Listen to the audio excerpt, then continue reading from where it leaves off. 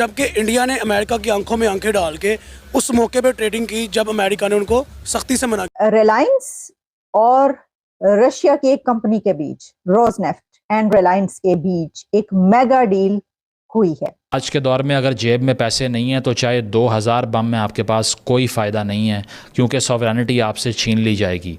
आज पाकिस्तान में बिजली का बिल कितना आएगा, गैस का बिल कितना आएगा, फ्यूल कितने का पाकिस्तानी ख़रीदेगा, हर चीज़ की प्राइस आटे दाल की IMF तय कर रहा है। तो कैसी सॉवरेनिटी है हमारे पास? 50,000 करोड़ रुपए का कॉन्ट्रैक्ट मिल रहा है राफेल को, 50,000 करोड़ का। और इन 50,000 करोड़ रुपए में राफेल भारत को देगा 26 राफेल M यानी कि मरीन यानी कि नेवी के लिए fighter jets. Reliance 3 million barrels oil per month purchase करेगा रशिया से। हर महीने 3 million barrels of Russian oil Reliance खरीदने जा रहा है। और ये डील कोई 1 महीने की नहीं है, कोई 2 महीने का ये कॉन्ट्रैक्ट नहीं है, बल्कि ये 1 साल का कॉन्ट्रैक्ट है। मईशत के हिसाब से तो भारत हमें हर सिमत में हर तरह से हरा चुका है। तो पहली बात तो ये हमें तस्लीम करना है कि भारत जो है वो बहुत मजबूत हो चुका है, हमें हरा चुका है। अब हमें हरा चुका है। अब हमें खाम खा छोटी छोटी बात पे, मतलब छोटी छोटी बात पे मुझे नहीं समझ आया तो अगले दिन बयान देना, भारत के दांत खट्टे कर देंगे।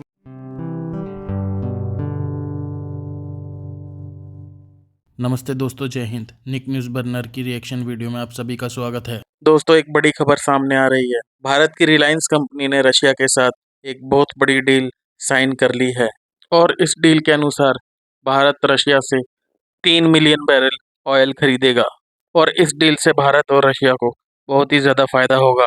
दोस्तों, आप सभी जानते हैं जब दो देशों के बीच में कोई डील होती है तो व्यापार डॉलर में होता है। दोस्तों, आप सभी को पता होगा कि रूबल की वैल्यू गिर चुकी है और वह भारत के रुपए के बराबर है। तो इससे भारत को और रशिया को दोनों को ही बहुत ज़्यादा फ़ायदा होगा, क्योंकि ये डील की पेमेंट रूबल में की जाएगी और ये डील 2 साल के लिए रिलायंस के साथ हो चुकी है।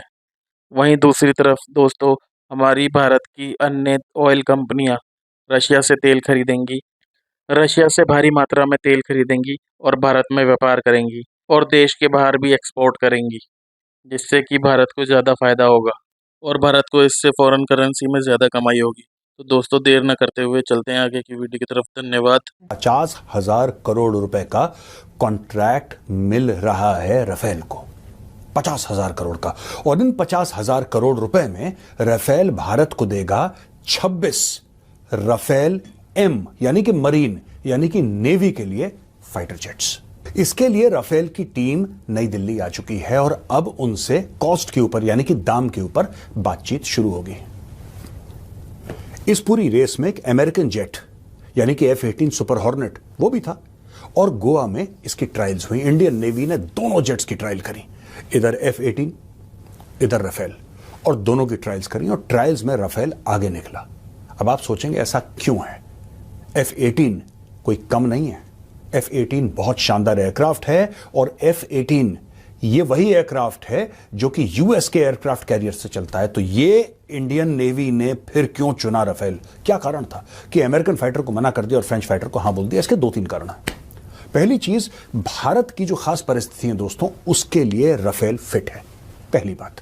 दूसरी चीज ये है कि इंडियन एयरफोर्स के पास ऑलरेडी 36 राफेल है, ऑलरेडी 36 राफेल इंडियन एयरफोर्स के पास, अब 26 आ जाएंगे इंडियन नेवी के पास। इसमें जो कॉमनैलिटी ऑफ पार्ट्स है, यानी कि दोनों के जो पुर्जे हैं, जो पार्ट्स हैं, 80% कॉमन है, 80% कॉमन है नेवी और एयरफोर्स के फाइटर्स के बीच में, क्योंकि दोनों राफेल हैं, दोनों डसॉल्ट एविएशन के हैं। तो इससे क्या होगा कि मेंटेनेंस और जो स्पेयर पार्ट्स की कॉस्ट है वो काफी कम हो जाएगी। देखिए, जब भी रिलायंस और रशिया की एक कंपनी के बीच, रोजनेफ्ट एंड रिलायंस के बीच एक मेगा डील हुई है और ये मेगा डील एक गेम चेंजर है जो भारत के मुस्तकबिल को मजीद रोशन बना देगी। अंबानी साहब ने एक गेम चेंजर डील कर डाली है। अब आप जानते हैं कि मुकेश अंबानी, जो कि इंडिया के बड़े स्टेक होल्डर हैं,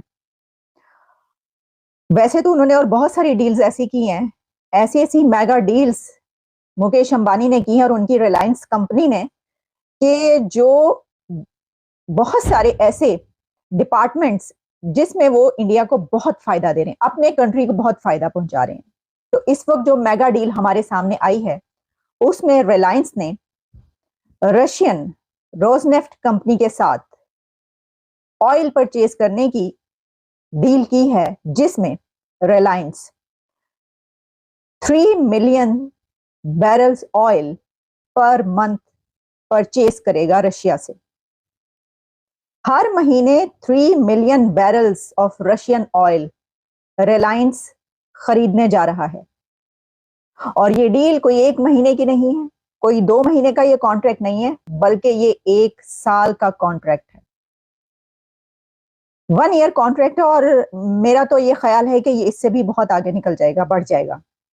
लेकिन अब मैं आपको ये बताती हूं कि ये जो डील हो रही है जिसमें इंडिया रशिया से every month 3 million barrels oil purchase करेगा, क्रूड ऑयल, उसके क्या डायमेंशंस हैं, वो कैसे इंडिया को फायदा करेगा। और एक चीज जो मैंने टाइटल में और थंबनेल में ये लिखी कि ये deal will protect India from unpredictability, वो कैसे है? वो ऐसे है कि देखिए, मैंने आपको इससे पहले ही बताया था कि डॉक्टर जयशंकर जो हैं उन्होंने जियो पॉलिटिक्स पर बड़ी लंबी चौड़ी गुफ्तगू फरमाई। उन्होंने काफी क्वेश्चंस के जो सवालात थे जो उसके जवाब दिए। उसमें उन्होंने कहा कि जियो पॉलिटिक्स इस तरीके से बदलने जा रही है कि आप मतलब तैयार हो जाइए एक तूफान के लिए। तो भारत उस तूफान के लिए तैयार हो चुका है। ये असल में जो रिलायंस की ये डील है रशियन ऑयल परचेज करने की 3 मिलियन बैरल पर मंथ, वो उस तूफान से निपटने का तरीका। जब भी एक फाइटर एयरक्राफ्ट उड़ता है ना दोस्तों सॉर्टी के लिए, एक सिंगल फाइटर एयरक्राफ्ट, इंडिया में तो कई सारे 100 उड़ते हैं, रोज उड़ते हैं, एक फाइटर एयरक्राफ्ट तो बहुत ज्यादा पैसे खर्च होते हैं दोस्तों। कुछ लोगों का कहना है कि लाखों रुपए एक फाइटर पे खर्च होते हैं जब वो उड़ता है। ऐसा नहीं है कि वो लड़ाई पे जा रहा है, सिंपल सवेरे फाइटर पायलट बैठेगा अपने एयरक्राफ्ट पे, उसको मॉर्निंग सॉर्टी पे ले जाएगा, उसमें लाखों रुपए खर्च हो जाते हैं। तो आप समझ लीजिए कितना महंगा प्रोपोजिशन है ये। एक ये जैसे है कि शेर रखना। अब आप शेर रखोगे तो फिर शेर की खुराक शेर वाली होती है ना, तो वही चीज है दोस्तों। ये बहुत अच्छी बात। देखिए अभी तक क्या हो रहा था कि मिग 29 फाइटर की जो सीरीज थी, that was the backbone of the Indian navy, जहां तक फाइटर एयरक्राफ्ट की बात है, ज्यादातर वही। इस एयरक्राफ्ट को मैं भी देख चुका हूं गोवा में, जब मैं शूट करने गया था। मैं किसी और सिलसिले में शूट करने गया था, मैं कोस्ट गार्ड के लिए शूट करने गया था, लेकिन जहां पे कोस्ट गार्ड की फैसिलिटी थी, जहां पे उनके हेलीकॉप्टर्स थे, उसी के थोड़ा दूर, आधा किलोमीटर दूर, वहां पे एक स्ट्रिप थी जहां पे इंडियन नेवी के मिग 29 टेक ऑफ कर रहे थे और लैंड कर रहे थे। तो वो मैंने, it's a very impressive fighter. कोई ये नहीं कह सकता कि मिग 29 खराब fighter, it's a very good fighter and has stood us in good state for decades. Problem यह है कि नए नए जो विमान आ रहे हैं दुनिया में, अगर आपको उनको काटना है तो फिर आपको 4.5 जनरेशन राफेल चाहिए। दोस्तों अगर आपको हमारी वीडियो पसंद आई है तो प्लीज़ लाइक ज़रूर करें और साथ में शेयर करना ना भूलें। और साथ ही दोस्तों ऐसी ही लेटेस्ट वीडियो देखने के लिए हमारे चैनल को सब्सक्राइब करें, साथ ही बेल का आइकन जरूर दबाएं ताकि सबसे पहले आपको हमारी वीडियो की नोटिफिकेशन मिल सके। धन्यवाद।